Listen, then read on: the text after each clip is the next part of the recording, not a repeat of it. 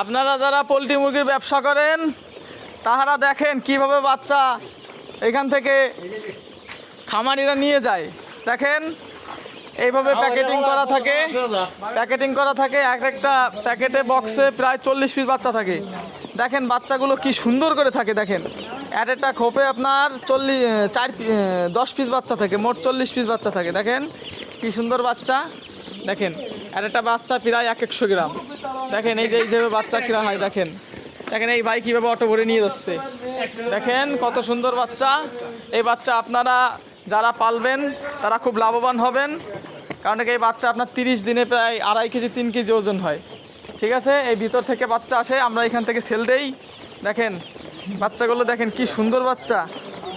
দেখছেন, দেখেন ব্রয়লার মুরগি, এটা আসলে আইআর মানে ইন্ডিয়ান লিভার বাচ্চা, আর একটা হচ্ছে হলো আপনার রস বাচ্চা।